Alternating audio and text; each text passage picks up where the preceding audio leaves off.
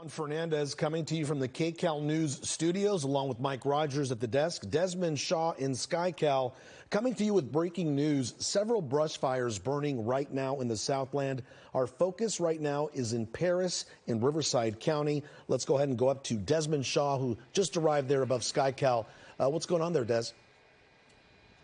Well, Juan, just almost as soon as the weather began to heat up, now we have our first serious fire of the year. They're calling it the Juniper fire here off of Santa Rosa Mine Road. And look, we can verify that at least one home engulfed in flames at this point. We have reason to believe that at least a couple of others may have burned as well. So we're just getting to the scene, and we'll scan around and see what else we can find. This fire's only been burning for a little bit more than an hour, and we just heard the update here from one of the firefighting aircraft overhead. They're saying it is now at 50 acres. The last official acreage they had was 15, so it went from 5 to 15, now to almost 50 acres here, burning in this rural area on the border of Lake Elsinore and Paris. I'll put up our map tracker and show you the dirt roads that we're talking about here. Blue Sky Road, Juniper Road, Cook Court, El Nido Road. That's where we're seeing the majority of the fire activity. They have swarmed this with water-dropping helicopters. They have one of the big MD-80s with a fire retardant. You can see they're already dropping a lot of fire retardant. There's some of it on that hillside here. But our first very serious fire of the season burning out of control here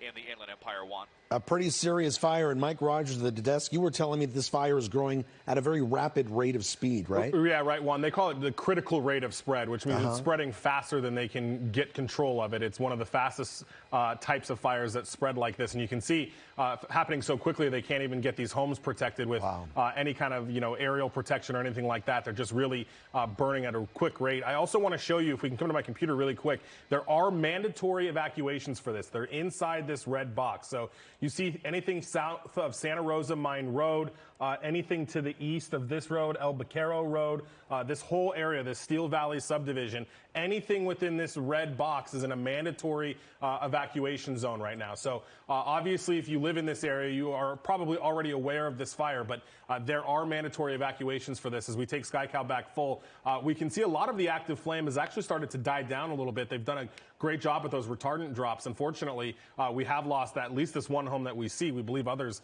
have been lost as well. One. Yeah, we can see those Phos-Check lines being dropped there on the scene. They're just, sadly, to the right of that home that is burned. And, this really brings into context here.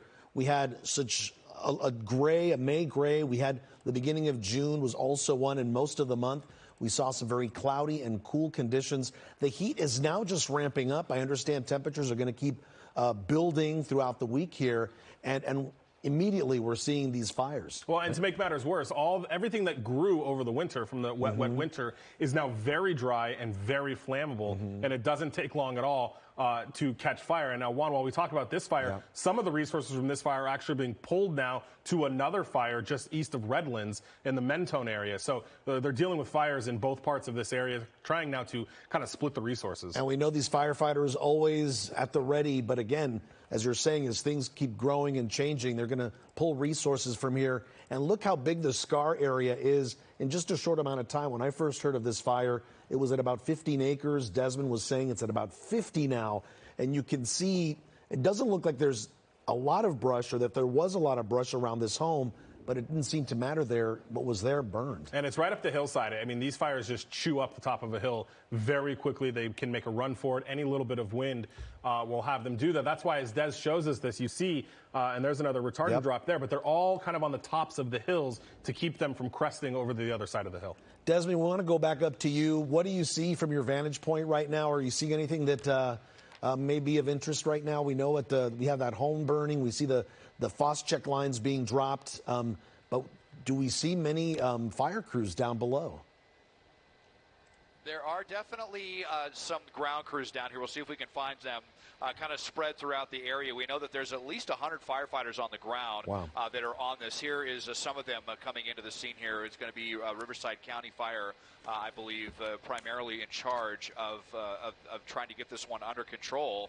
And, it does look like they got the fire retardant drops out here so quickly. You just saw that other one that happened. The MD-80, the one that carries the most of the retardant, has now returned to San Bernardino, probably to fill up with another load to come back over and to drop this to try to completely encircle this fire. Here you can see